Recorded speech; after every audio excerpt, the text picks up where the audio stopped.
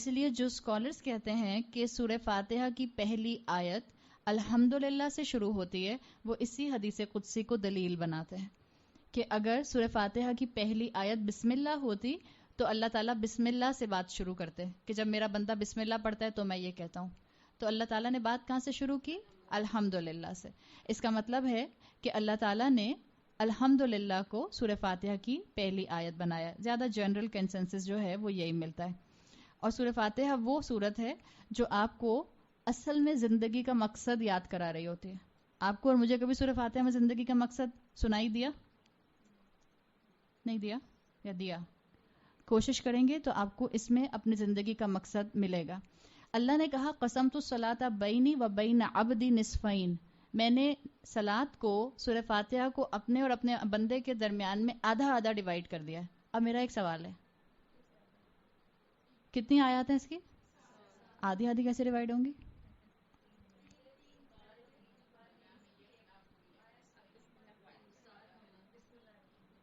آدھی آدھی آیت کیسے ڈیوائیڈ ہوں گی؟ اسکالرس کیا کہتے ہیں؟ 3 آیات اللہ کی طرف جاتی ہیں، شروع کی 3، اور آخر کی 3 بندے کی طرف جاتی ہیں. تو درمیان میں کیا رہ گیا؟ ایک آیت رہ گئی. وہ درمیان کی ایک آیت جو آیت نمبر 4 ہے وہ اصل میں اللہ اور بندے کے درمیان میں لنکیج ہے، لنک ڈیولپ کرتی ہے. ٹھیک؟ تو ایک طرح سے اس کا جو فارمیٹ بنتا ہے اس صورت کو، جو اللہ نے کہا قسمت الصلاۃ بینی و بین عبدی نصفین، اس کا جو پروپورشن بنتا ہے وہ بنتا ہے 3.5:3.5. 3.5 آیات اللہ کی طرف جاتی ہیں اور 3.5 آیات بندے کی طرف جاتی ہیں. تو اللہ تعالیٰ جب بندہ کہتا ہے الحمدللہ رب العالمین، اللہ کہتا ہے ہر انسان کے لیے، صرف رسول اللہ کی بات نہیں ہو رہی. اللہ کہتا ہے حمیدنی عبدی، میرے بندے نے میری عبد کی، میری حمد کی. حمیدنی عبدی، میرے بندے نے میری حمد کی. آپ سوچیں اللہ مجھے کہہ رہا ہے میرا بندہ. کیا میں اس حکم پر ہی جب اللہ مجھے عبدی کہے اسی پر میں لبیک نہیں کہوں گی کہ اللہ میں حاضر ہوں؟ لیکن ہم تو غافل ہوتے ہیں، ہم تو کسی اور ہی دنیا میں ہوتے ہیں، ہمارا ذہن تو بھٹک رہا ہوتا ہے، ہمیں تو معلوم ہی نہیں ہوتا. ہمیں صرف یہ یاد ہوتا ہے ہم نے اللہ اکبر کیا تھا اور جب سلام پھرتے ہیں اچھا نماز پڑھ لی. بیچ میں ہم نے کیا کیا وہ آٹو پہ چل رہا ہوتا ہے سارا. خود ہی آٹو میں رکوع میں گئے، آٹو میں سجدہ کیا. آٹو میں مطلب رکشے میں نہیں، آٹو کا مطلب آٹومیٹیکلی ہم یہ کام کر رہے ہوتے ہیں، میکینیکلی ہم یہ کام کر رہے ہوتے ہیں. صحیح؟ حالانکہ اللہ کہتا ہے، جب بندہ کہتا ہے الحمدللہ رب العالمین حمیدنی عبدی، میرے بندے نے میری حمد کی، تو اللہ خوش ہوتا ہے کہ میں نے جس مقصد کے لیے اس انسان کو پیدا کیا تھا اس نے وہ مقصد اچیو کر لیا. جب بندہ کہتا ہے الرحمن الرحیم، اللہ کہتا ہے اثنا علی عبدی، میرے بندے نے میری تعریف ریپیٹ کی. اثنا ثنا سے ہے، ثنا نام ہوتا ہے نا اردو میں، ثنا کہتے ہیں ہم. ثنا کا مطلب کیا ہوتا ہے؟ ثنا عربی کا لفظ ہے. اب جس کی بیٹی ہے وہ ثنا نہیں ثنا کہنا شروع کر دے، کتنا مشکل کام ہو جائے گا. عربی میں ثنا کہتے ہیں ریپیٹیشن میں کسی کی تعریف کرنا. ایک تو ہم کہتے ہیں نا تعریف کرنا، ثنا کہتے ہیں ریپیٹیشن میں کسی کی تعریف کرنا، یعنی بار بار کسی کی تعریف کرنا. تو اللہ کہتا ہے جب بندہ کہتا ہے الرحمن الرحیم، اللہ کہتا ہے اثنا علی عبدی، میرے بندے نے میری تعریف ریپیٹ کی. کیوں کہتا ہے اللہ یہ؟ اسکالرز کہتے ہیں کہ بندہ سورہ فاتحہ سے پہلے کیا پڑھتا ہے؟ بسم اللہ الرحمن الرحیم. الرحمن الرحیم اس میں بھی آیا تھا، پھر الحمدللہ رب العالمین یہ کہا تھا، اور پھر کہا الرحمن الرحیم. تو اللہ کہتا ہے کہ میرے بندے نے میری ثنا کو ریپیٹ کیا، میری حمد کو ریپیٹ کیا. پھر بندہ جب کہتا ہے مالکی یوم الدین، اللہ کہتا ہے مجدنی عبدی، میرے بندے نے میری تمجید بیان کی، یعنی میرے بندے نے مجھے گلوریفائی کیا. ہم کہتے ہیں نا تیسرا کلمہ تمجید. تمجید کا مطلب کیا ہے؟ اللہ کے سٹیٹس کو مزید بیان کرنا. اللہ کو اپلفٹ تو آپ اور میں نہیں کر سکتے، اللہ تو آلریڈی ایگزالٹڈ پوزیشن پر ہے. اللہ کی کو گلوریفائی کرنا، اللہ کی گلوریفائڈ پوزیشن کو بیان کرنا تمجید کہلاتا ہے. تو اللہ کہتا ہے مجدنی عبدی، میرے بندے نے مجھے کیا کیا؟ گلوریفائی کیا. تو یہ اللہ تعالیٰ کا کلام ہوتا ہے جب بندہ کہتا ہے مالکی یوم الدین تک. پھر جب ہم کہتے ہیں ایاک نعبد و ایاک نستعین، اللہ کیا کہتا ہے ھذا بینی و بین عبدی، اور پھر اللہ کہتا ہے کہ جو میرے بندے نے مانگا وہ میں نے اس کو دیا.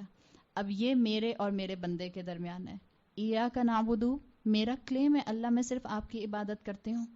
اللہ نے کیا کہا؟ اللہ نے کہا ھذا بینی و بین عبدی، میں جانتا ہوں کہ اس نے کتنے % عبادت میرے لیے کی ہے اور اس کا دل کتنا عبادت میں ڈائیورٹ تھا دنیا کی طرف.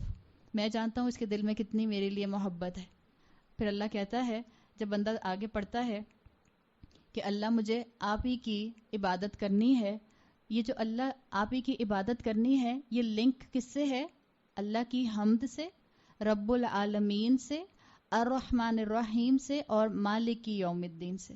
کیونکہ اللہ میں یہ ساری صفات ہیں اسی لیے اللہ ہم صرف آپ کی عبادت کرتے ہیں. یہ اس کے ساتھ لنک ہے.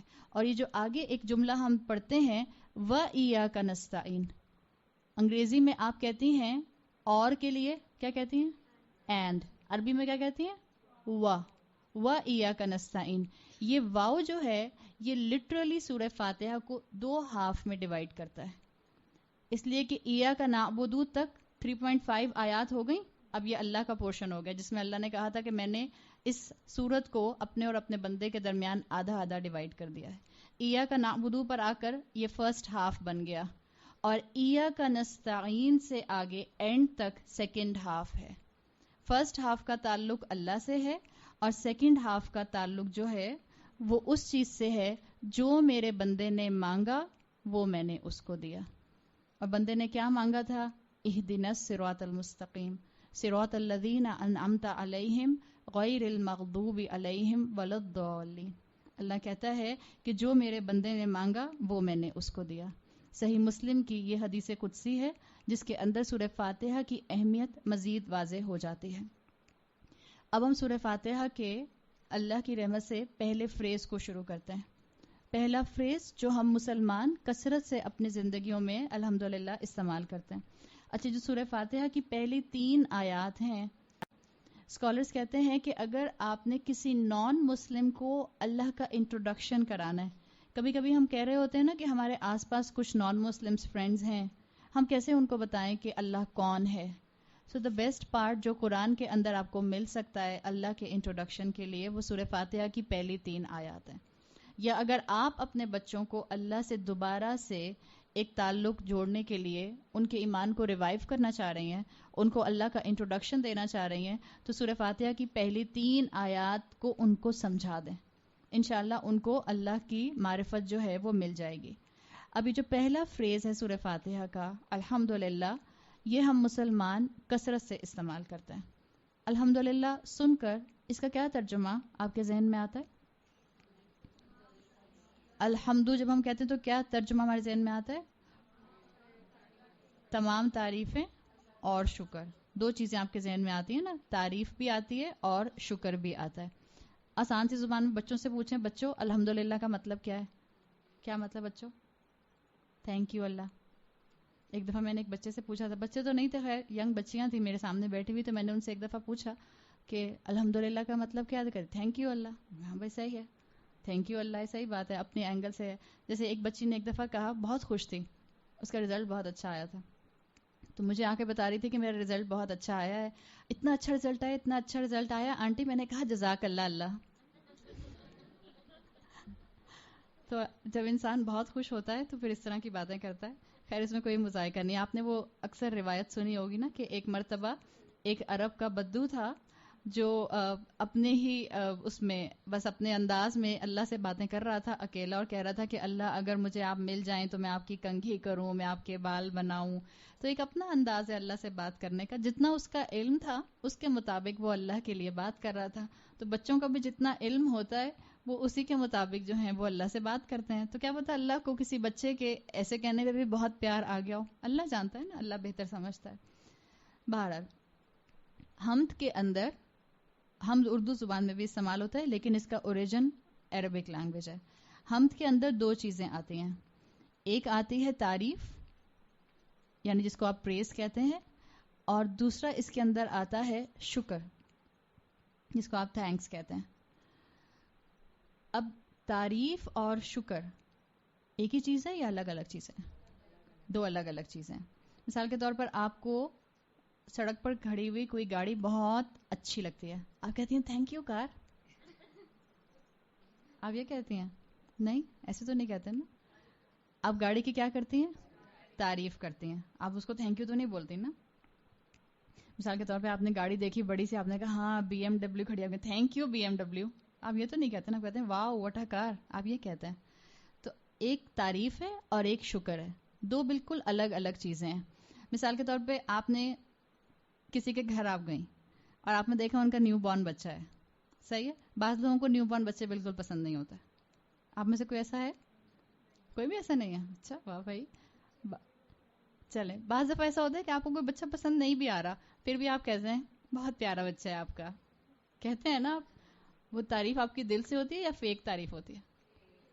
بالکل فیک تعریف ہوتی ہے. مثال کے طور پہ آپ انٹرویو دینے کے لیے گئیں جاب کے لیے, اور آپ کی دنیا کا, آپ کی زندگی کا برا ترین انٹرویو ہوا. آپ کو غصہ آ رہا ہے کہ کس طرح کے سوال مجھ سے پوچھ رہا ہے یہ انٹرویو لینے والا, پھر بھی آپ اٹھتے ہوئے اس سے کیا کہتی ہیں؟ Nice to meet you. وہ تعریف آپ کے دل سے نکلی تھی, وہ فیک تعریف تھی. بالکل صحیح. تو کبھی کبھی ہم تعریف بھی کر رہے ہوتے ہیں تو جھوٹی تعریف کر رہے ہوتے ہیں, فیک تعریف کر رہے ہوتے ہیں. بہرحال سمجھنے کا مطلب کیا ہے کہ شکر الگ ہوتا ہے, تعریف الگ ہوتی ہے, جانون تعریف الگ ہوتی ہے, اور فیک تعریف الگ ہوتی ہے. یہ سب الگ الگ مختلف فارمز ہیں. ہم نے کیا سمجھنا ہے کہ ہم کس وقت کس کا شکر کر رہے ہوتے ہیں اور کس وقت کسی کی تعریف کر رہے ہوتے ہیں. اب بھی ضروری نہیں ہے کہ آپ جس کا شکریہ ادا کریں آپ اس کی تعریف بھی کر رہے ہوں, ضروری تو نہیں ہے نا. مثال کے طور پر آپ قرآن میں دو واقعات دیکھتے ہیں, فرعون اور موسیٰ علیہ السلام کی کہانی کے اندر. فرعون اور موسیٰ علیہ السلام کی کہانی کے اندر آپ جانتے ہیں کہ اللہ تعالیٰ نے موسیٰ علیہ السلام کا بچپن کہاں گزارا تھا؟ کوئی ایڈریس جانتے ہیں موسیٰ علیہ السلام کا؟ فرعون کا محل. موسیٰ علیہ السلام کا بچپن کا گھر فرعون کا محل تھا, یہ موسیٰ علیہ السلام کا ایڈریس تھا. موسیٰ علیہ السلام نے اپنا بچپن اور اپنی جوانی کے چند سال جو تھے وہ فرعون کے محل میں گزارے, اور جب وہاں سے وہ چلے گئے, آپ کو ساری کہانی معلوم ہے کہ وہاں پہ ان سے مرڈر ہو گیا تھا مس انڈرسٹینڈنگ کی وجہ سے, اور پھر ان کو یہ کہا گیا تھا کہ اگر آپ یہاں رکے تو فرعونی جو ہیں وہ آپ کو پکڑ کے آپ کو سزا دیں گے, تو آپ مصر چھوڑ کر چلے جائیے. تو موسیٰ علیہ السلام مصر چھوڑ کے چلے گئے تھے, اور پھر مدین میں 8-10 سال رہے تھے. پھر اس کے بعد جب اپنی فیملی کے ساتھ واپس آ رہے تھے تو وہاں پر اللہ تعالیٰ نے آپ کو رسالت دی, اور پھر آپ سے کہا کہ آپ فرعون کی طرف جائیے اور اس کو اللہ کا پیغام دیجیے. تو بچپن اور جوانی وہاں گزار کے اب موسیٰ علیہ السلام دوبارہ سے جب فرعون کے پاس آئے تو فرعون نے موسیٰ علیہ السلام سے کیا کہا کہ موسیٰ تم ہم سے کیا نئی نئی باتیں کرنے آ گئے ہو؟ الم نربی کا فینا ولیدا, کیا ہم نے تمہیں اپنے محل میں بچہ سا نہیں پالا تھا؟ وَلَبِثْنَا عُمُرِكَ سِنِينَ, اور تم ہمارے درمیان کئی سال رہے تھے. یہ کیا کیا اس نے فرعون نے موسیٰ علیہ السلام کو؟ احسان جتایا, اپنے فیور یاد کرائے. اور جب اس نے اپنے فیور یاد کرائے تو موسیٰ علیہ السلام نے آگے سے غصہ نہیں کیا. موسیٰ علیہ السلام نے آگے سے اس پر کفر کے فتوے نہیں لگائے کہ تم سے بڑا جابر کوئی نہیں, تم سے بڑا سخت انسان کوئی نہیں, تم سے بڑا ظلم کرنے والا کوئی نہیں. موسیٰ علیہ السلام نے کہا تلک نعمت تمنوہا الیہ, ہاں بالکل تمہارے فیور ہیں, اور اللہ تعالیٰ نے مجھے جو ہے یہ نعمت تمہاری طرف سے دی ہے, میں اس کو ایڈمٹ کرتا ہوں. موسیٰ علیہ السلام نے فرعون کی اس وقت تعریف کی یا شکریہ کیا؟ شکریہ کیا, تعریف تو نہیں کی نا. تو بعض دفعہ آپ کسی کی تعریف کر رہے ہوتے ہیں بغیر شکریہ کے, اور بعض مرتبہ آپ کسی کا شکریہ کر رہے ہوتے ہیں بغیر تعریف کے. پاسبلٹی ہے یا نہیں ہے؟ اسی طرح سے مثال کے طور پر شکر اور تعریف کے اینگل سے آپ دیکھیں تو اللہ تعالیٰ نے قرآن میں ماں باپ کو آنر کرنے کا بہت حکم دیا ہے کہ ماں باپ کا بہت خیال رکھو. وَبِالْوَالِدَيْنِ احسانا, اور والدین کے ساتھ احسان کرو, والدین کے ساتھ حسن سلوک کرو. یہ نہیں بتایا کس موقع پر حسن سلوک کرو, یہ بتایا کس موقع پر حسن سلوک کرو. وَبِالْوَالِدَيْنِ احسانا کا مطلب کیا ہے؟ والدین کے ساتھ حسن سلوک کرو کب؟ جب وہ بوڑھے ہو جائیں؟ نہیں, جب بھی قرآن میں وہ الگ آپ کو سینیریو ملتا ہے سورہ بنی اسرائیل میں کہ جب ان میں سے کوئی ایک بوڑھا ہو جائے تو تب تم ان کو اف تک نہ کہو. لیکن آپ پورے قرآن میں کئی دفعہ دیکھتی ہیں, قرآن میں آتا ہے وَبِالْوَالِدَيْنِ احسانا, اور والدین کے ساتھ حسن سلوک کرو. کس موقع پر؟ ہر موقع پر. چاہے ان کی بات تمہیں اچھی لگے یا نہ لگے، چاہے ان کا حکم ماننا آسان لگے یا نہ لگے، چاہے وہ تمہاری بات مانے یا نہ مانے، چاہے اپنی دنیا میں ماں باپ اپنے جو ہیں وہ اپنی چوائس کے ملیں یا نہ ملیں، ماں باپ کے ساتھ ہمیشہ حسن سلوک کرو۔ تو اللہ تعالیٰ نے والدین کی رائٹس جو ہیں وہ قرآن میں بتائے ہیں۔ اللہ نے قرآن میں کہا انشکر لی ولی والدیک، میرا شکر ادا کرو اور اپنے دونوں والدین کا شکر ادا کرو۔ اور پھر آگے کہا وَإِن جَاهَدَاكَ عَلَىٰ أَن تُشْرِكَ بِي مَا لَيْسَ لَكَ بِهِ علم، اگر تمہارے والدین میں سے کوئی تمہارے خلاف سٹرگل کرے، یعنی ان میں سے کوئی تمہیں شرک کرنے کا کہے، تو پھر تم ان کی بات نہیں مانو گے۔ لیکن آیت شروع کیسے کی تھی؟ انشکر لی ولی والدیک، شکر آپ کو ان کے شرک کی کنڈیشن میں بھی ادا کرنا ہے، یعنی اگر والدین مشرک بھی ہوں تب بھی آپ کو ان کے ساتھ حسن سلوک کرنا ہے۔ ابراہیم علیہ السلام کے بارے میں سوچیں، ابراہیم علیہ السلام کے والد مسلم تھے یا مشرک تھے؟ مشرک تھے، اور وہ چیف پریسٹ تھے اس جگہ کے جہاں پر بت بنائے جاتے تھے اور ان کی ورشپ کی جاتی تھی۔ ابراہیم علیہ السلام نے بھی اپنے والد سے ادب سے بات کی، یا ابتی آتا ہے، یعنی بہت ہی پیار سے کہہ رہے ہیں میرے پیارے ابا، میرے پیارے ابا، اگر میں اس کو اردو میں ٹرانسلیٹ کروں، اس لیے کہ ابن آتا ہے عربی زبان میں والد کے لیے، باپ کے لیے، لیکن وہ ابن نہیں کہہ رہے، یا ابا نہیں کہہ رہے، یا ابتی کہہ رہے ہیں۔ یہ تا کیا ہے؟ بہت ہی محبت کے لیے ایڈریس کرنے کے لیے آتی ہے، میرے پیارے ابا، میرے کیوٹ ابا۔ آپ نے آخری دفعہ اپنے ابا کو کب کہا تھا؟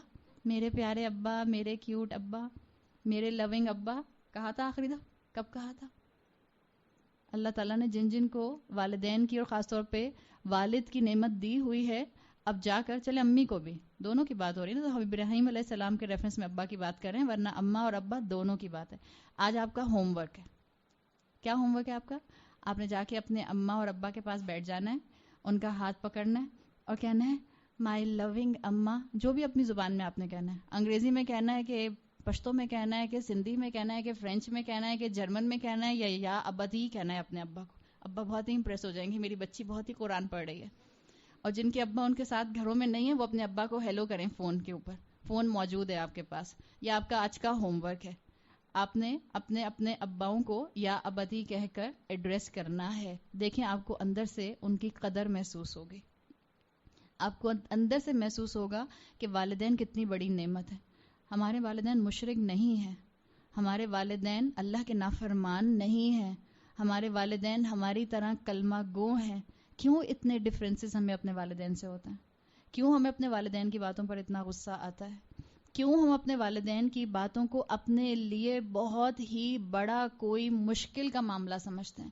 ماں باپ ہمارے فائدے کی بات کرتے ہیں۔ میں نے پہلے بھی یہ بات کہی تھی، دنیا کا واحد رشتہ جو آپ کو ترقی کرتے ہوئے دیکھتا ہے تو دل سے خوش ہوتا ہے، وہ صرف والدین کا رشتہ ہے۔ والدین کو ناراض نہ کریں۔ والد کی ناراضگی میں کس کی ناراضگی ہے؟ اللہ کی ناراضگی ہے۔ والدین کو ناراض نہ کریں، والدین کو خوش کریں، والدین کا ہاتھ پکڑیں۔ آج سب نے یہ کام کرنا ہے، بھولے نہیں کوئی بھی انشاءاللہ۔ تو اللہ تعالیٰ نے اس موقع پر بھی جب کہ والدین مشرک ہوں تب بھی کہا کہ تم نے شکر ان کا ادا کرنا ہے۔